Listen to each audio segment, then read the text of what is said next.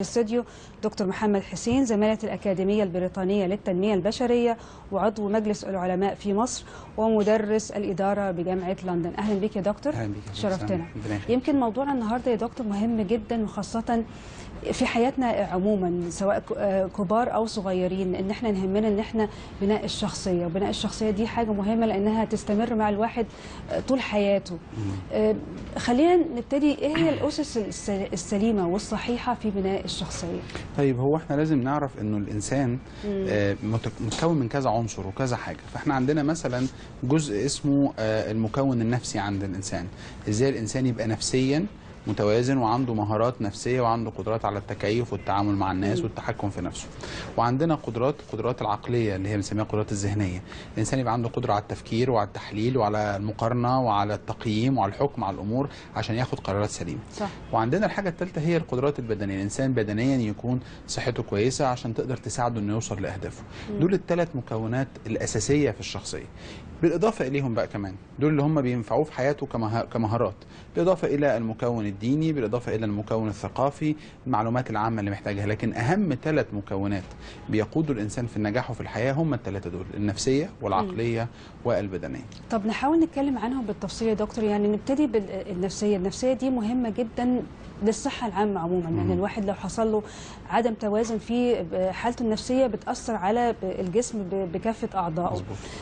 ازاي يقدر الشخص يبقى في مرحله توازن، وخاصه ان احنا دايما في حياتنا او في يومنا العادي بيبقى بيتعرض لضغوط، توتر، عصبيه، يعني حاجات كتيره ممكن تاثر على توازن نفسيته. طيب، هو البناء النفسي للانسان اللي احنا بنسميه سايكولوجيكال كونستراكشن ده بيبدا بالبدايه خالص، يمكن قبل ما الطفل حتى يتولد. الكلام اللي بيسمعه الطفل يعني حتى هو لسه جنين في بطن امه بيبقى بيسمع للكلام اللي بيحصل حواليه، بيسمع للاصوات اللي حواليه، بيسمع مزيكا، لان الطفل بيقدر يسمع قبل ما يتولد. بيبدا ينفتح على العالم وهو لسه جنين في بطن امه.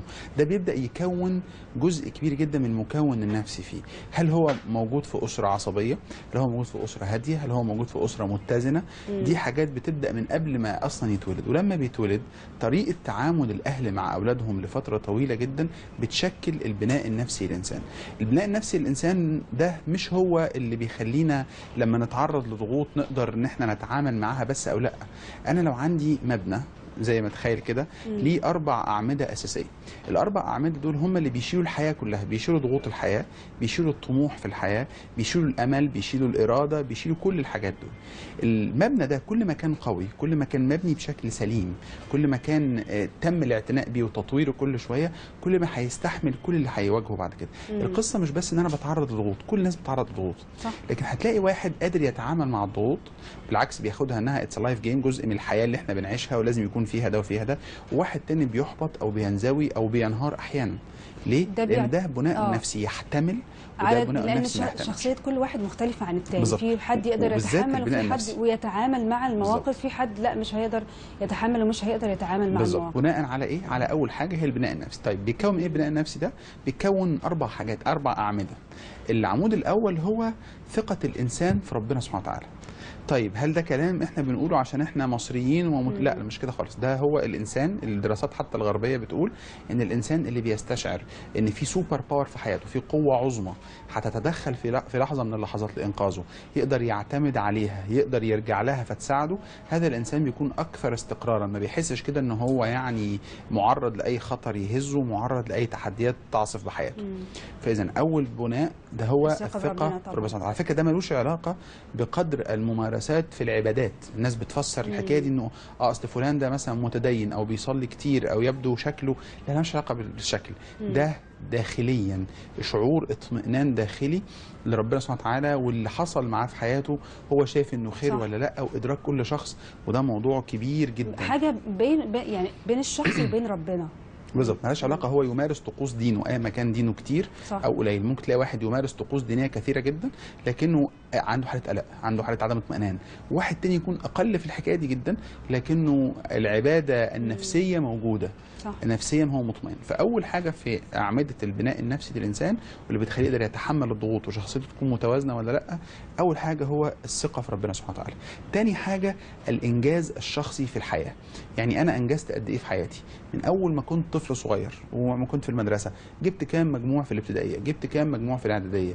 كل ما الانسان حقق مستوى معين من الانجاز في حياته عالي، كل ما كان احساسه بالثقه واحساسه بقدرته على تحمل الضغوط اعلى. وبالتالي الناس اللي هي ما عندهاش اي نجاحات شخصيه في حياتها، اللي حياتها كلها نجحت بناء على الصدفه او على الواسطه او على خدمه حد خدمها، هذه الناس بيكون بنائها النفسي هش جدا. اي ضغوط، اي تحديات، اي لخبطه في العمل، اي لخبطه في الحياه الشخصيه ما بيعرفش يواجهها وبينهار. فتاني عمود مهم جدا بيرتكز عليه البناء النفسي للانسان هو عمود الانجاز الشخصي. العمود الثالث هو عمود اللي انا محاط بمجموعه من الناس اللي بتحبني ولا لا. انا بتكلم على الحب، انا مستشعر اني حواليا اسره بتحبني، حواليا دفء عائلي، حواليا مجموعه من الاصدقاء كتير بيحبوني وبيحبوا يقعدوا معايا ويتكلموا معايا. كل ما كان الانسان مستشعر انه موجود في بيئه الناس اللي حواليه بتحبه، والناس اللي حواليه يعني بتقعد تتكلم معاه يعني ده بيحسسه ان هو مطمئن اكتر. عشان كده الناس اللي في الغربه بيكونوا اكثر عرضه للاكتئاب، واكثر عرضه انه المشاكل والاحداث اللي بتواجههم يعني تخليهم نفسيا مكتئبين. ليه؟ لان هو مش مستشعر الحب. فالعمود الثالث في البناء النفسي هو استشعار الحب. هل انا مستشعر كطفل او كشاب او حتى كراجل عجوز او ست عجوزه ان انا الناس بتحبني ولا لا؟ اخر عمود في الاعماد الرابعه المكونه للبناء النفسي للانسان هو عمود احساسي واحساس الاخرين بمواهبي وقدراتي. ممكن اكون انا عندي انجاز شخصي كبير، ممكن اكون محاط بمجموعه من الناس بتحبني، ممكن يكون عندي ثقه في الله، بس انا لا امثل مرجعيه للناس اللي حواليا. قد ايه كل واحد فينا الناس اللي حواليه مش بقى بتحبه، لا بتاخد رايه، بتراه حد شخص ذو قيمه، بتحس ان هو اراءه وافكاره محل تقدير، بيعزز قيمته جوه نفسه، بيحسس بالظبط حاجه بتقولي ده اللي احنا بنسميها السيلف فاليو، القيمه النفسيه. انا حاسس نفسي شخص ذو قيمه ولا لا؟ انا حاسس نفسي شخص مهم ولا لا؟ انا منضبط الحكايه دي جوايا ولا انا دايما حاسس اني ارائي مالهاش قيمه ومحدش هيسمع لي؟ ودي حاجه برضو بتتبني مع الوقت. فاحنا عندنا 4 حاجات اساسيه هم دول اللي بيشكلوا البناء النفسي للانسان. معلش اقولهم تاني بسرعه. انه الثقه في الله سبحانه وتعالى، تاني حاجة الإنجاز الشخصي، تالت حاجة إنه أنا كشخص مستشعر حب الآخرين ليا ولا لأ، رابع حاجة هل أنا مرجعية للناس وناس بتحب ترجع لي وتاخد رأيي ولا لأ. إذا كانوا دول موجودين واتبنوا على مدار السنين وعلى مدار المواقف، الشخص بيكون عنده ثقل نفسي يقدر يواجه بيه مشاكله ويواجه بيه تحدياته ويبقى عنده إرادة إنه يروح لأهدافه. أنا بقى عايزة أقف شوية يا دكتور عند البند الرابع اللي حضرتك قلت إن هي الناس بتسمع رأيه، بتاخد برأيه، وده يمكن نلاحظه يعني مع بدايه يعني في السن الصغير. ودي نقطه مهمه جدا ان الام او الاب ان هم لازم يسمعوا راي الطفل، وده بالتالي اللي هيخليه في المستقبل ان هو هيحس بعد كده ان هو رايه مهم ويديه ثقه في نفسه ويعزز الثقه في نفسه. فازاي نحاول نعزز الموضوع ده عند يعني، وايه هو دور الام والاب بناحيه ان الاطفال لا دول مش معنى ان هم لا مش فاهمين حاجه، لا دول صغيرين، لا النقطة دي ازاي نقدر نعززها؟ طيب خليني اقول لحضرتك انه اول حاجة ان هم يدوا مساحة في نقاشاتهم لرأي فلان، لرأي احمد لو هو اسمه احمد، من سن كام؟ يعني من سن كام؟ من اول ما يبدأ يتكلم. من اول ما يبدأ يتكلم. دي حضرتك دي مهارة بتتكون مرتبطة بالكلام. التفكير والكلام بيبدأوا مع بعض.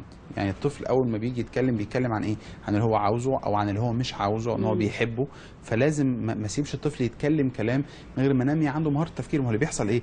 ان انا بوقف عند الطفل التفكير، ما تقولش رايك، ما تفكرش، هو بيفضل يتكلم، اسكت ما تتكلمش، فبيقول كلام ملوش معنى. انا مش عايز اعمل كده، عايزه من اول ما يبدا يتكلم اديله مساحه. مش لازم تبقى مساحه يعني ساعه يقول رايه، لا طبعا دقيقه او دقيقتين قول رايك، عايزين نخرج، ايه رايك؟ هيقول اي كلام، بس هو اتعود يقول رايه. بعد شويه نتعود ان احنا نناقشه في رايه، بعد شويه يتعود انه يقول رايه قدام مش بس بابا وماما، قدام بابا وماما واخواته والعيله الاكبر، العم والابناء العم. يبدا يتعود الشخص انه يواجه الناس برايه، ونحميه ودي نقطه مهمه من ان حد يتهكم على رايه. حط قواعد ان مش من حق حد يتهكم. اختلف زي ما انت عايز، بس قول له رايك انه مش عاجبك في ايه، او انت شايف انه ازاي بقى احسن. شويه شويه الطفل هيتعود انه يقول رايه، يتعود انه يواجه برايه. ونقطه مهمه ثانيه، اتوقف عن المقارنه بالناس الثانيه. احنا عندنا الثقافه المصريه مبنيه على المقارنه في كل حاجه، سواء في المدرسه او في الانشطه او في اي حاجه. ثقافه المقارنه دي بتهز جواه احساسه هو الشخصي في البناء النفسي اللي اتكلمنا عنه، فبتهز عنده احساسه بالانجاز الشخصي لان في ناس بتنجز احسن منه. بيهز ساعات جواه، والاطفال ما عندهمش الادراك بيكون كامل، فيفتكر ان اللوم ده معناه ان هم ما بيحبوهوش، يبدا يستشعر عدم الحب، فيطلع الناس كلها محبطه. وبعد شويه طبعا بيخشوا المدرسه فيبداوا يسمعوا ادي دقني لو فلحتوا، وانتوا دفعه مش نافعه، وانتوا جيل بايظ، والكلام ده كله، فيطلع الناس بعد كده من المدرسه ومن الكليه مكون مركز للاحباط. طب الإرادة والعزيمة يا دكتور دي حاجة مهمة في تكوين شخصية الفرد عموما. إزاي نقدر نعزز الإرادة والعزيمة في شخصية الإنسان عموما؟ طيب هو خلينا نتفق يا فندم إنه في اتنين كده صحاب دايما بيتحركوا مع بعض، الأمل والإرادة. لو أنا عندي أمل في حاجة معينة فأنا هيبقى عندي الإرادة إني أوصل لها. أي حاجة مخنا بيهيئ لنا إنها مستحيلة عمر ما جسمنا هيتفاعل معاها ولا أفكارنا ولا مشاعرنا، فلازم يعني دايما ما فكرش إن ما فيش حاجة مش مستحيلة. طبعا المستحيل أصله نسبي جدا، وخلي بال حضرتك إنه حتى آراء الناس اللي حوالينا عفوا لما بتكلمنا عن حاجه انها مستحيله هي بتكلمنا عن وجهه نظرها هي. يعني مثلا انا بتكلم مع استاذ احسان وبنتكلم في اي عمل في الحياه، لما حضرتك تقولي لي انا عايز اعمل 1 2 3 4 انا بقول لك مستحيل. صح. مستحيل بناء على ايه؟ قدراتي ولا قدراتك؟ قدراتي انا. فكل واحد فينا بيحكم بوجهه نظره بقدراته هو، فاللي انا بقول عليه مستحيل لحد هو مش مستحيل غير عندي انا. فاللي بيحصل ان انا لما بسمع الاخرين، ده بيقول لي ده مستحيل، ده بيقول لي ما ينفعش، ده بيقول لي عمرهم ما هياخدوك في الامتحان ده، عمرك ما هتقدر تنجح، يعني هم هيسيبوا الدنيا كلها ويختاروك انت. بيحصل. بيحصل كده للناس اللي هي مصدقه، للناس اللي هي مصدقه وبتشتغل على حلمها. فنقطه مهمه بس احيانا يا دكتور ناس كتير، يعني مش ناس كتيره بس بعض الناس بيبقوا حابين ياخدوا اراء الناس المختلفه اللي حواليهم، لان هم احيانا في وسط القرار او في وسط المشكله بيبقوا عندهم عدم اتزان، وان هم حابين ان هم يسمعوا اراء مختلفه يمكن هتساعدهم ان هم ياخدوا قرار او يتخذوا فكر معين او اتجاه معين. امتى نقدر نسمع او ناخد براي الناس اللي حوالينا بحيث ان هو ده، لا هو ده اللي مفيد ليا، لان كل شخص ظروفه مختلفه، شخصيته مختلفه عن نفسه. ده سؤال مهم الحقيقه جدا. اسمع اراء الناس اللي عندها تفسير لارائها، اللي لما تقول له ليه يناقشك، ما يقولكش هو كده، ما يقولكش اصل انت ما تقدرش. اسمع اراء الناس اللي هم مش جادجمنتال، مش ناس حكميين، يعني في واحد هو طريقه تفكيره حكمي بيحكم على كل حاجه، ده ما تسمعش رايه، لانه ده رايه مش مبني غير على انطباعات شخصيه، مش صح. مبني غير على وجهه نظره. لكن لما حد يقول لي مش هتقدر يا محمد تعمل كذا، فاقول له ليه؟ يقول لي والله علشان 1 2 3 4 عنده منطق، ابدا افكر في المنطق بتاعه، اذا كان المنطق بتاعه ده يناسبني ويناسب وجهه صح. نظري ووجهه تفكيري خد بيه. لكن اذا حد قال لك هو كده ما ينفعش، كلنا جربنا وما عرفناش، انت يعني احسن من غيرك، هو انت اللي هتصلح الكون؟ قول له شكرا جزيلا، احتفظ برايك نفسك. فاسمع راي الناس اللي عندها تفسير واللي عندها تبرير واللي بانيه ارائها على اشياء منطقيه مش اشياء انطباعيه. لان زي ما قلت لحضرتك كل واحد بيقول رايه زي ما هو. لو جه حد مثلا قال لي انا عايز اجري كل يوم 10 كيلو، انا هقول له ايه؟ مستحيل. هو مستحيل؟ لا مش مستحيل، بس انا مش هقدر. فانا بالنسبه لي انا ان حد يجري كل يوم 10 كيلو الصبح ده امر بالنسبه لقدراتي انا مستحيل. بس بالنسبه لقدراته هو بيعملها كل يوم. فلو هو سمع كلامي انه مستحيل عمره ما هيحاول، فهيفضل المستحيل ده ينتشر. كل حاجه المستحيل عمليه نسبيه جدا. هو ممكن واحد يجيب 100% في ثانويه عامه، اسالي ناس هتقول لك مستحيل، وناس جابت 100% و101% ما شاء الله. أيوة. فاذا المستحيل امر نسبي جدا بناء على قدرات الشخص. فما يصحش ان انا اقارن نفسي بقدرات الناس الثانيه، لان ربنا اداني حاجه ممكن انجح بيها جدا، اداله هو على فكره حاجه ثانيه، يعني المستحيل بالنسبه له ده هو شاطر في حاجه ثانيه. بس انا بتكلم عن نقطه محدده دلوقتي، النقطه دي بالنسبه لي انا ممكن، بالنسبه له هو مستحيل، فما تسمعوش. ركز على اللي انت تقدر تعمله بناء على معرفتك لقدراتك انت، اشتغل عليه.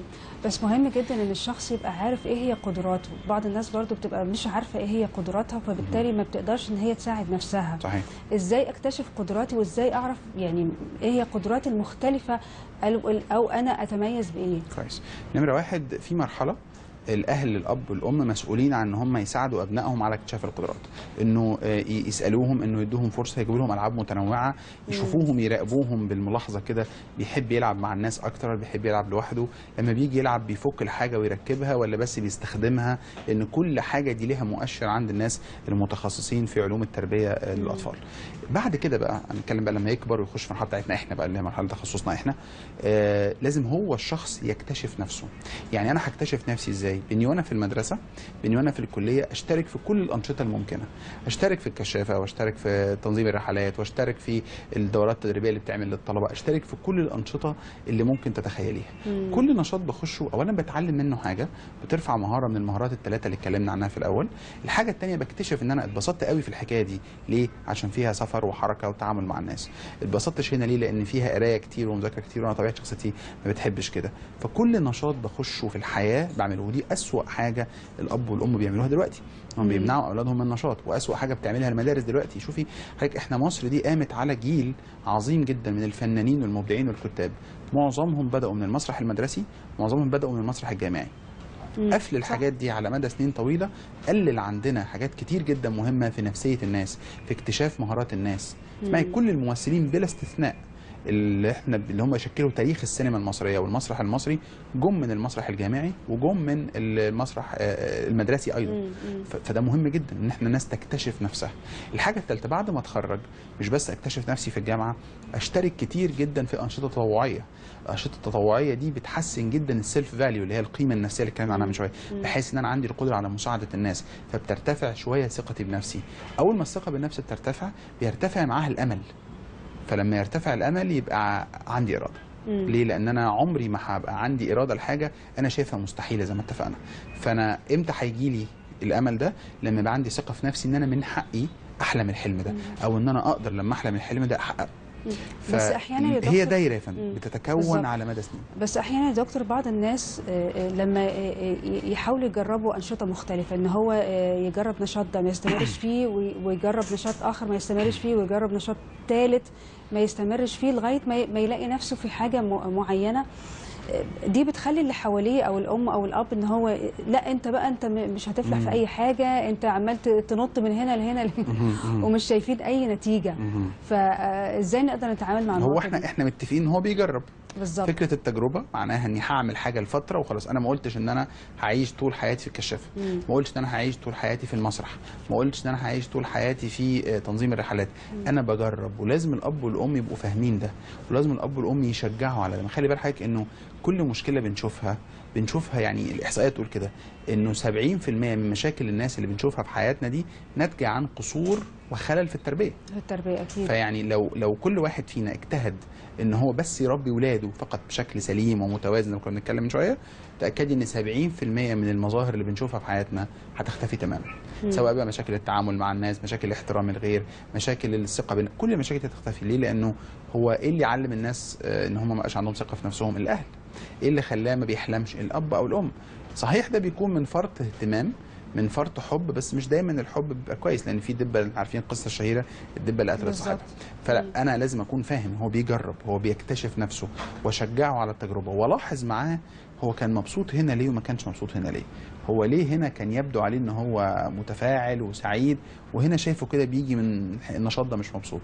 ولما يخلص الجامعه اشجعه انه يشتغل في الجمعيات الخيريه، سواء في الجمعيات اللي بتشتغل مع الاطفال او مع الايتام او مع المرضى، بشكل انه ده بينمي عنده زي ما اتفقنا السيلف فاليو، بيعلي عنده جدا الاحساس الانساني. فبيحس ان هو انسان وليه اسهام في الحياه، وده مهم جدا، مش بس على المستوى الاخلاقي والديني، على المستوى النفسي. الانسان قيمته بيستشعرها بقدر هو قد ايه قدر يساعد الناس. فكل ما انا بساعد الناس اكتر، كل ما انا بستشعر ان انا ليا قيمه وان انا بعمل حاجه مهمه في الحياه. وبعض الاحيان برضو بيحصل العكس يا دكتور، ان هي الطفل الام او الاب يحاولوا يشجعوه على نشاط معين وهو يكون غير متقبل النشاط ده نهائيا، وبيجبروه على الموضوع ده.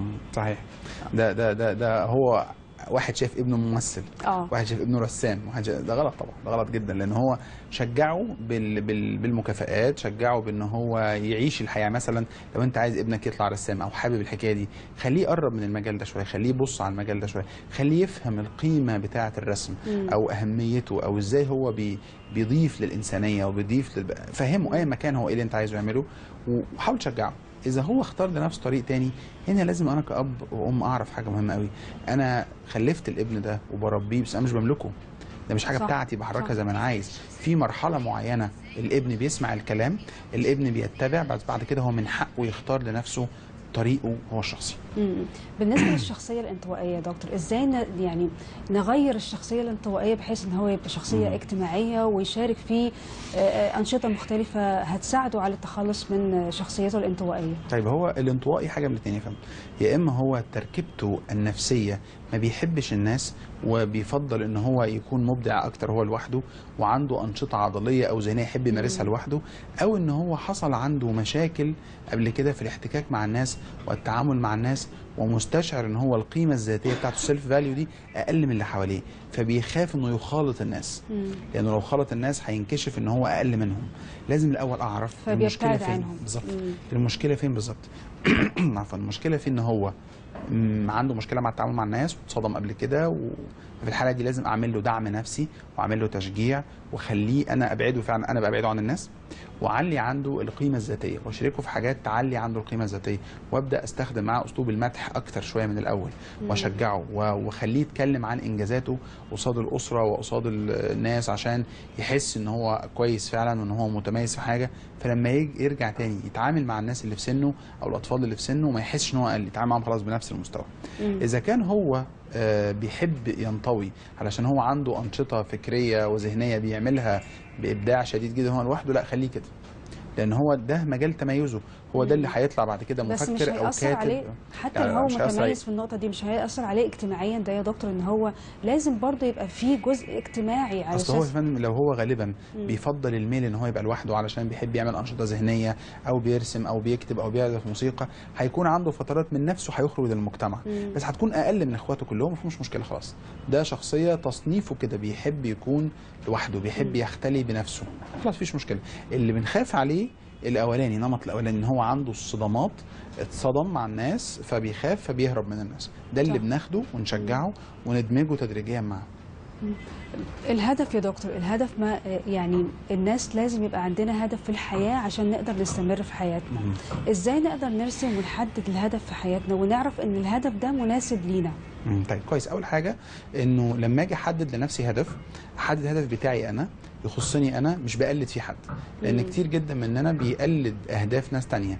عايز ابقى زي فلان، كويس قوي، خد كل الناس اللي انت شايفهم مناسبين قدوه، لكن ما تقلدش حد في نمط حياته، لان كل واحد ليه ظروفه وليه مهاراته وليه توفيق ربنا سبحانه وتعالى اللي هيوفقه في حاجه معينه. صح. فنمره واحد ما تقلدش حد في هدفك. نمره اتنين اختار الهدف اللي انت عندك فيه شغف، اللي هو اللي بنسميه احنا باشن. ايه الحاجه اللي انت تحب تعملها من غير مقابل؟ ايه الحاجه اللي انت تحب تعملها وبتكون سعيد وانت بتمارسها ومبسوط بيها؟ استاذنك بس يا دكتور، معانا اتصال. ناديه من القاهره. الو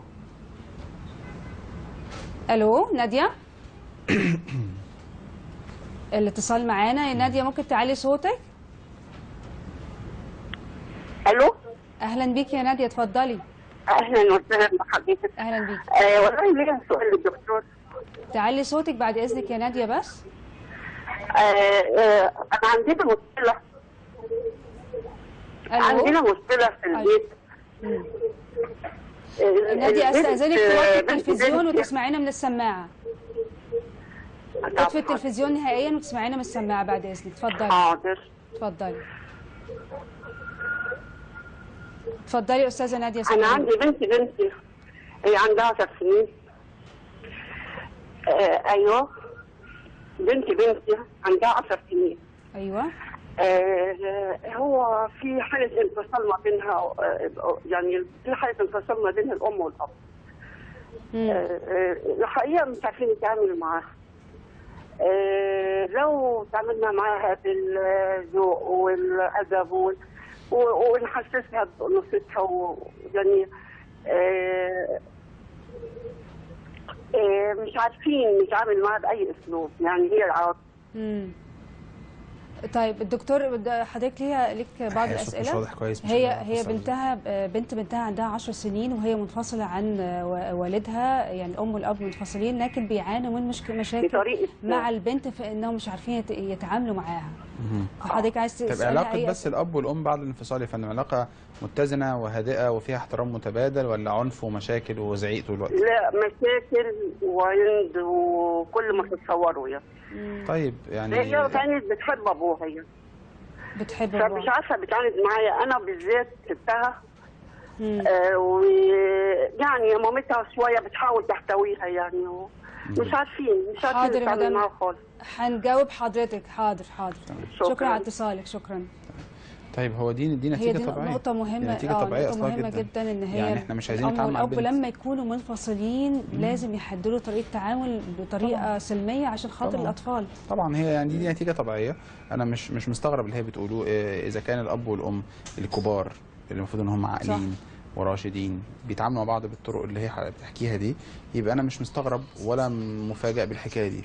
النقطة حاجة من اتنين، يا إما إن إحنا بنتكلم على إن إحنا نقدر نقعد كأب وأم وناس كبيرة كده عندها حكمة إنها تفهم طريقة تعاملهم دي أثرها إزاي على البنت، ونتفق كده باتفاق عاقل إن دي هدف لازم نسعى إن إحنا نخليها بنت كويسة.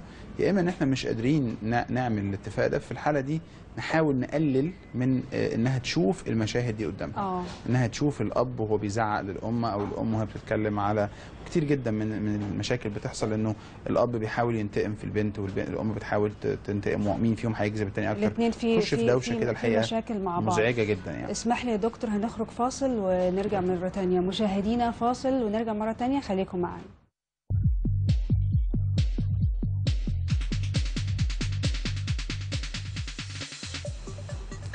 ورجعنا لكم مرة تانية مشاهدينا، ولسه مكملين معاكم فقرتنا. في فقرتنا كنا بنتكلم عن ازاي نعزز الإرادة والعزيمة في شخصيتنا، وايه هي الأسس الصحيحة والسليمة لبناء الشخصية. ويا ريت لو ليكم أي استفسارات أو تساؤلات ممكن تتواصلوا معنا من أي تليفون محمول على 1480 أو من أي تليفون أرضي على 0909 380. اسمحوا لي أرحب بضيفي مرة تانية دكتور محمد، برحب بيك مرة تانية. عايزة أرجع يا دكتور للاتصال مدام نادية اللي هي يعني اتكلمت في نقطة مهمة جدا، وهي رد فعل المشاكل اللي بتحصل ما بين أي زوجين انفصلوا وأثرها على نفسية الطفل نفسه. الحقيقة زي ما كنت بقول حاجة كده تحت الهواء، إنه الناس وكأنها واخدة قرار إنها كما أن حياتها باظت في الفترة اللي فاتت، هي هتبوظ حياتها في الفترة اللي جاية، وهتبوظ حياة الآخرين اللي حواليها في الفترة اللي جاية. فبنتكلم في بداية الحلقة عن البناء النفسي للإنسان. الأربع أعمدة اللي بيقوم عليهم نفسية المتوازنة اللي بتتحمل بعد كده الضغوط، واللي بتقدر تشكل إصرار على الوصول للهدف، وكل الكلام اللي قلناه ده. الحقيقة أنا مش متصور إن أب وأم يمسكوا بإيديهم حاجة ويكسروا البناء النفسي لأولادهم. اللي بيحصل ده اول حاجه بيهز العمود الاولاني اللي اتكلمنا عليه، الثقه في الله. ان هو الطفل وهو صغير مش فاهم اللي بيحصل، ومتخيل طالما عنده مشاكل ان ربنا سبحانه وتعالى يعني بيعمل حاجه في وحشه ليه، فبيبدا اول حاجه يفقد ثقته بربنا سبحانه وتعالى. الحاجه الثانيه انه عمر الناس اللي بتتخانق دي وبتزعق وبتعمل المشاكل دي كلها ما عندهم في تفكيرهم في راي الطفل فكره الحب، فاكيد الناس دي ما بتحبنيش، ففقدنا العمود الثاني تماما. الحاجه الثالثه غالبا الطفل اللي بيتولد في بيئه مشحنات كده مش عنده فرصه انه يركز، والا طبعا الناس اللي هم الجينيوس يعني اللي هو يوصل لحاجات عظيمه جدا، فبالتالي هو انجازه الشخصي قليل. فانا بهد بنفسي البناء النفسي لطفلي، فبيطلع مشوش، بيطلع يعني مش قادر ينجز في حياته، بيطلع شخصيته غير متزنه، اي صوت عالي حواليه بينزعج وتلاقيه ينزوي وعايز يعيط، لان الصوت العالي بالنسبه له بيشكل تهديد صريح عليه. فانا الحقيقه مش متصور يعني انه اب وام خلاص اتنين بداوا حياتهم مع بعض بينهوها، خلاص ثانك يو باي باي مثلا ونتفق على نظام. يعني انا مش متخيل انه طاقه الانتقام وطاقه الكره اللي تبقى موجهه لناس عشنا مع بعض 3-4 سنين مش كويسين فندمر بعدهم 20 سنه. يعني انا متصور ان هم محتاجين ان هم الاول يخضعوا لعلاج. وعلى فكره في دول بتعمل كده، في دول يعني انجلترا مثلا لما بيكون في مشاكل اسريه بيراقبوا فتره المشاكل دي هتوصل لحد فين، لو في اي بوادر بيتدخلوا على طول، خصوصا لو في اطفال، وبعد فتره معينه ممكن يسحبوا كمان الطفل، يعتبروا الطفل ده هيعيش في بيئه غير صالحه فيسحبوا الطفل، لا اب ولا ام، ويروح يعيش الدوله ترعاه والدوله توفر له حياه سليمه. ولو هو متضايق من حد فيهم الطفل يمنعوا الاب والام ان هم يشوفوه. هو اكتر شخص هيتاثر بالانفصال او الطلاق هو الطفل نفسه، لان اثر المشكله دي هتستمر معاه طول حياته. لكن بالنسبه للام والاب دي اثر المشكله دي هتبقى فتره زمنيه وخلاص هيقدروا ينسوا. لكن الاطفال مش هيقدروا ينسوا. في النهايه لو اب عنده او ام عندها 30 سنه وعندها مشاكل في حياتها 5 سنين، فده بالنسبه لها جزء من حياتها. لكن ال5 سنين بالنسبه للطفل حياته، فحياته كلها عاشها كده.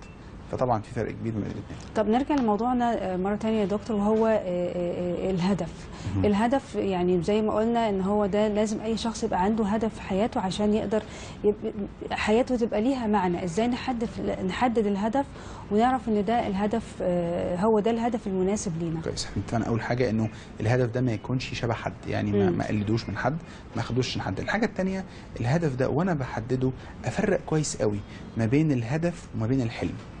الحلم هي الحاجه البعيده خالص، الفيجن البعيده خالص اللي انا عايز اوصل لها كمان 20 سنه كمان 30 سنه عايز اكون فين.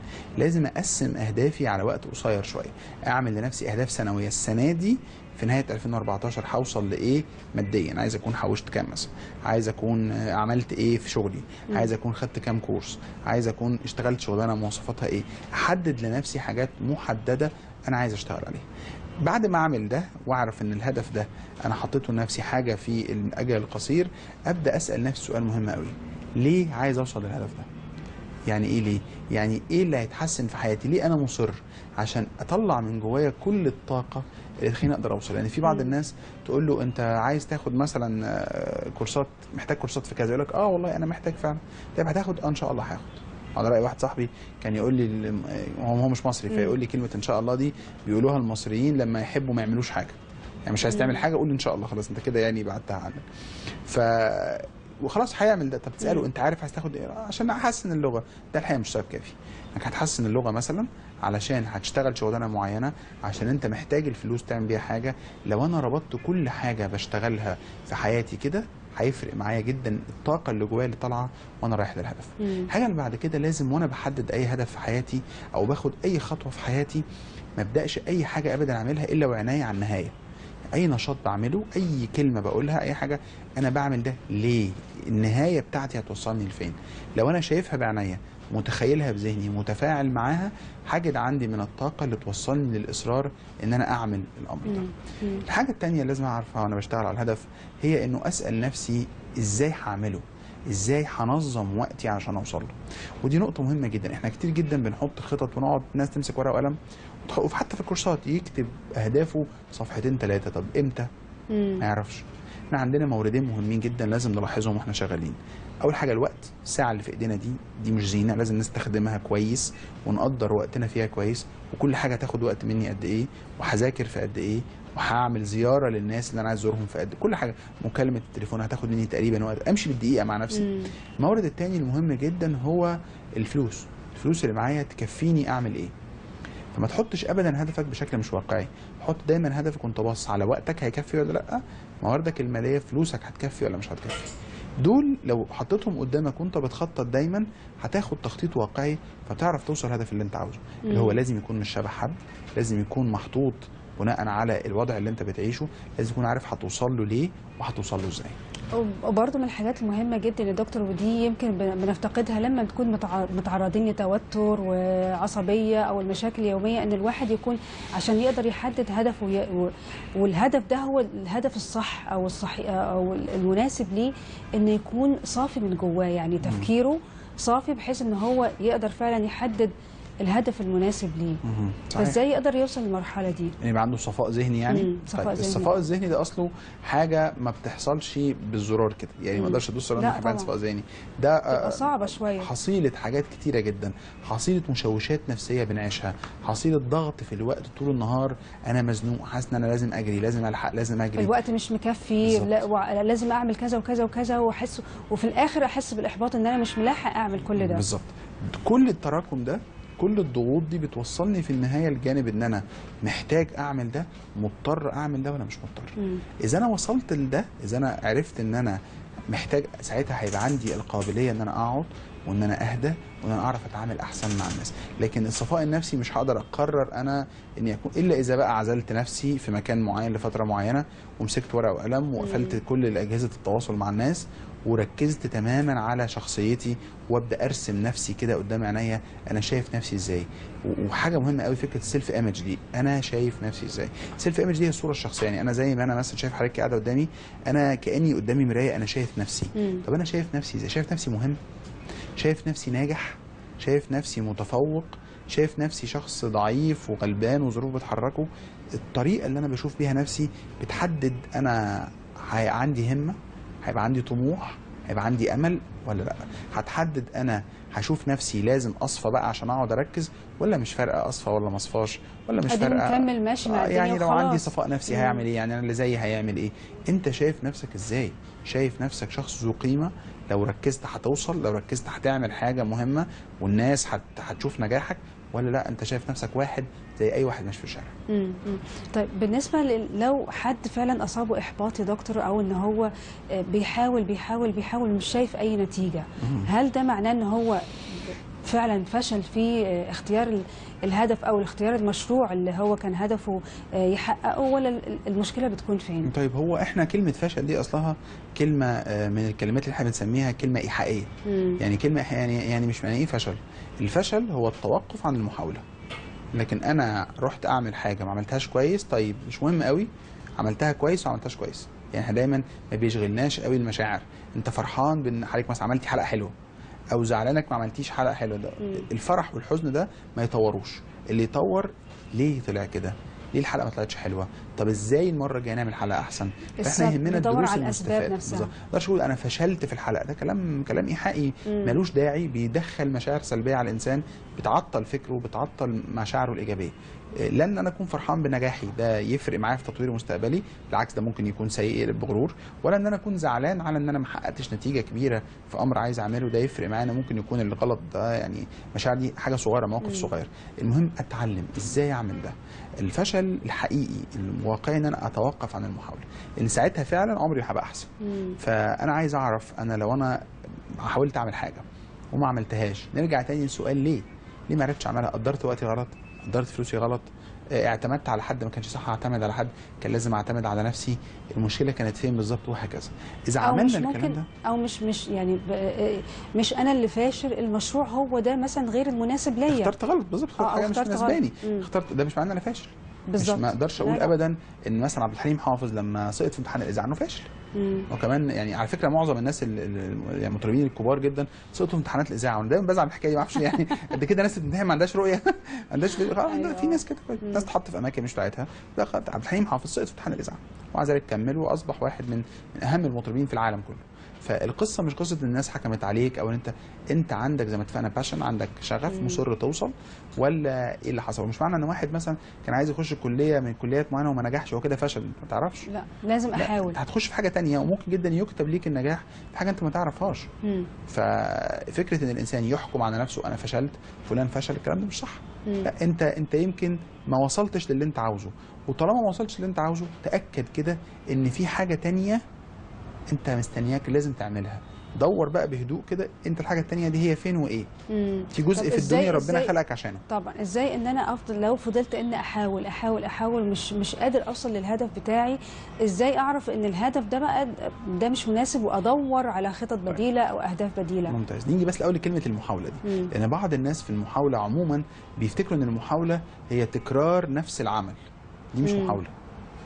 ابتعد عن العمل تماما اللي انا حاولت فيه اول مره. احاول معناه اني احاول بطريقه مختلفه. يعني مثلا انا واحد يقول لك انا مش عارف اتعامل مع مديري مثلا، حاجه مثال بسيط. طيب تعمل معاه ايه؟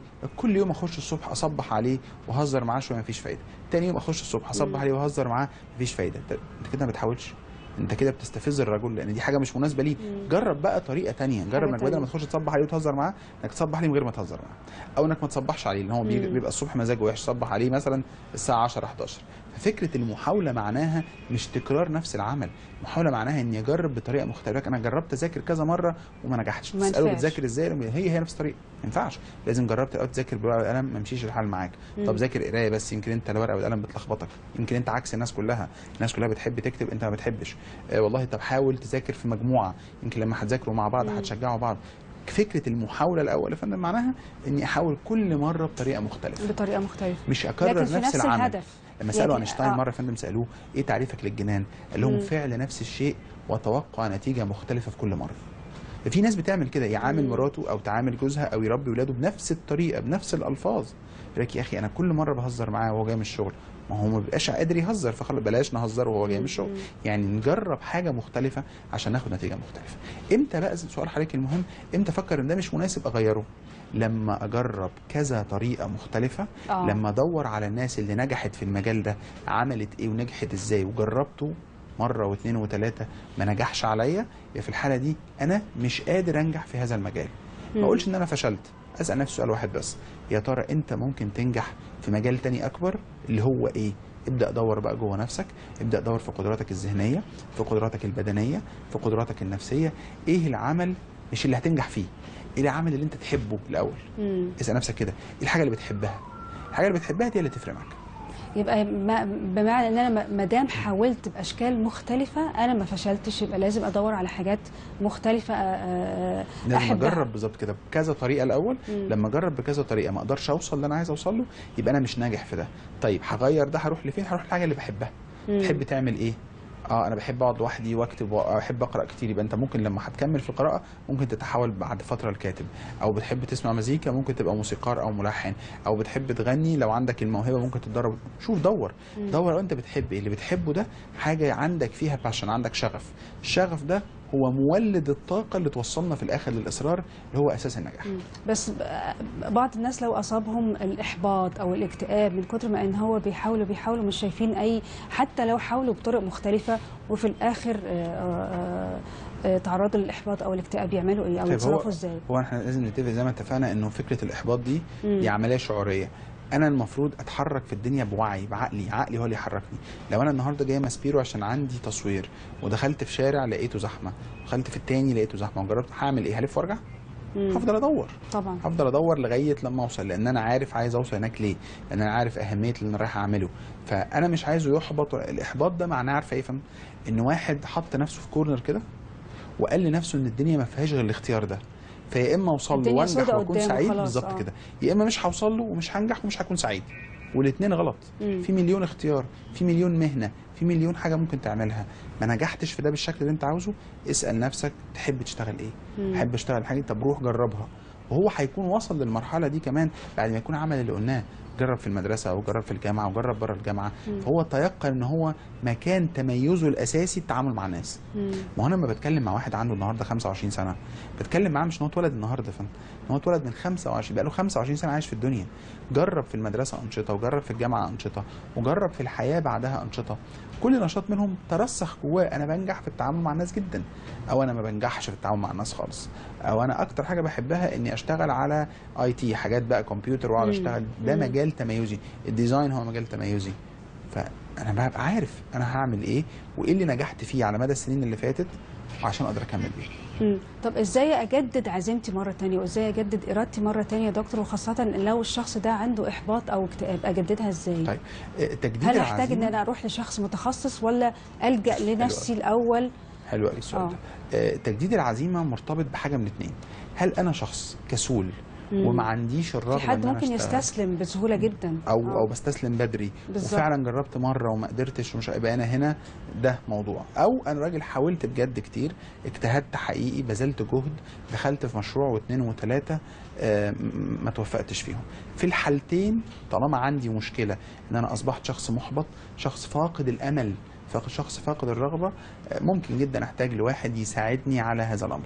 اللي بيساعدني ده بيكون مواصفاته ان راجل عنده فيجن، راجل يفهم عن النفس البشريه شويه، اللي احنا بنسميه في شغلنا لايف كوتش او مدرب من مدربين الحياه. يستطيع ان هو يديك نصايح محدده، يبص معاك، لان اي مشكله في الدنيا بنواجهها تساوي نقص مهاره. المحبط ده عنده نقص مهارة التفكير الإيجابي. المحبط ده عنده نقص مهارة اللي بنسميها إحنا العزيمة الداخلية، اللي هو إزاي يقدر يشتغل. طب ليه ده مليون سبب. ممكن يكون السبب في التربية، ممكن يكون السبب في المدير اللي بيتعامل معاه، ممكن يكون السبب في طريقة تفكيره هو من غير أي اكسترنال فاكتورز، حاجات خارجية. فلازم أعرف المشكلة كانت فين بالظبط عند الشخص ده. المشكلة عنده كانت في التربية، لازم ارجع معاه شويه وافكر معاه ازاي يتخلص منها. المشكله كانت في طريقه تفكيره، ان هو مش بيفكر بتفكير ايجابي، يبقى لازم اخش جوه طريقه تفكيره واساعده انه يصلح المفاهيم اللي فيها. اي مشكله يا فندم في الدنيا، اي مشكله تساوي نقص مهاره. واحد ما بيعرفش يحوش فلوس، عنده نقص مهاره. واحد ما بيعرفش يتعامل مع الناس، عنده نقص مهاره. خلاف زوجي زي ما كنا بنتكلم فيه من شويه يساوي نقص مهاره عند احد الطرفين. يعمل ايه؟ بعض الناس يروح رايح لدكتور نفساني، يروح رايح لاخصائي نفساني، ده حاجه متقدمه جدا. محتاج واحد اسمه كده مدرب حياه، واحد لايف كوتش، واحد عنده من ده زي اللي احنا بنشتغله تدريب بس شخصي 1 to 1 واحد وواحد، زي الدرس الخصوصي كده في المدرسه. الشخص ده اللي انا بقعد معاه ايه الفرق بينهم يا دكتور؟ يعني لايف كوتشنج او تنميه مهارات وما بين دكتور نفساني. طيب احنا عندنا هما الاثنين هيعالجوا نفس المشكله ولا لا ده خالص. حاجه وده حاجه؟ لا خالص، احنا عندنا 3 مستويات. احنا في مصر بنحب قوي فكره الطبيب الدكتور، يعني هو ده اللي فاهم اكتر واحد عن النفس البشريه. الكلام ده دقيق بس في حاجات معينه هقول لحضرتك عليها دلوقتي. عندنا 3 مستويات، واحد مش عارف يحوش، واحد بيتخانق مع مراته كتير، واحد بيسيب شغله ويروح شغل تاني، واحد ما بيقدرش يتكيف. ايه علاقه الطبيب النفسي بيها؟ مش علاقه خالص. ده عنده نقص مهارات في حياته ناقصه. لما نقعد نشتغل معاه شويه مع اللايف كوتش، نعلمه لا قول كذا وما تقولش كذا، تعامل بالطريقه الفلانيه، نعلمه ازاي يفهم الناس، نعلمه ازاي يفهم نفسه. ده محتاج واحد لايف كوتش. طيب اذا الموضوع اللي عنده اكبر من كده، ما هوش موضوع ما بيعرفش يتعامل مع الناس، ده عنده اضطراب بقى، عنده ديس اوردر، عنده مشكله اضطراب. ساعتها نعمل ايه؟ ساعتها نطلع معاه بقى للسلمه اللي بعدها، هي الاخصائي النفسي. الاخصائي النفسي ده اللي هو خريج كليات اداب علم نفس مثلا، ومفاهم كويس قوي عن النفس البشريه علشان يعالج الديس اوردرز دي، يعالج الاضطراب ده. لا والله ممكن يكون الموضوع بقى يصل من ان هو مثلا مجرد احباط دخل في مستوى اعلى بقى اكتئاب. انت هنا عندك بقى اضطراب شويه. انت انا كلايف كوتش مش هقدر اساعدك. الادوات اللي عندي بتتكلم على المستوى النهاري فقط، مهارات نفسيه، مهارات ذهنيه، ده اللي انا اقدر اشتغل فيه. اقول لك اتفضل روح لحد عنده مرحله احسن شويه، اللي هو حد مين اسمه اخصائي نفسي. ممكن لما يروح الاخصائي النفسي يطلع ان الموضوع عنده مش ديس اوردر، مش اضطراب، ده دخلنا بقى في مرض نفسي، ده عنده تهيؤات، ده بيتهيأ له ان الناس بتكرهه، ده بيتهيأ له الناس بتقول عليه كلام وحش، لان بيحصل، ده عنده فصام، ده عنده رهاب، ده هنا بقى نخرج من مرحله الاخصائي النفسي، نروح هنا بقى للطبيب النفسي اللي هو محتاج يدي ادويه بقى بالظبط. ده هنا الشخص ده محتاج، عنده مشكله في كيمياء مخ، وعنده ده محتاج ادويه. لكن واحد ما بيعرفش يحوش يروح ياخد دواء، واحد ما بيتخانق مع مراته في البيت يروح ياخد دواء، واحد عصبي شويه في التعامل مع الناس يروح ياخد دواء. ايه العلاقه ده؟ لا، ده محتاج يتعلم مهارات، يتعلم انجر مانجمنت، يتعلم ازاي يتعامل مع نفسه. ده مستوى مختلف تماما.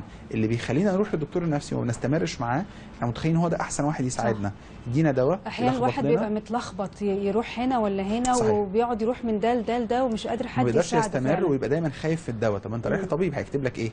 مش هيكتب لك شوكولاته، هيكتب لك دواء وانت مش عايز ده، فما تروحش للطبيب، روح لحد يقدم حاجه مختلفه. دكتور حسين وقتنا خلص، بشكرك لوجودك معنا وشرفتنا. شكرا لك. مشاهدينا اتمنى تكون الحلقه استفدتوا منها. استنونا كل يوم الساعه 2 و3 موضوع جديد وحلقه جديده ولايف كلينيك.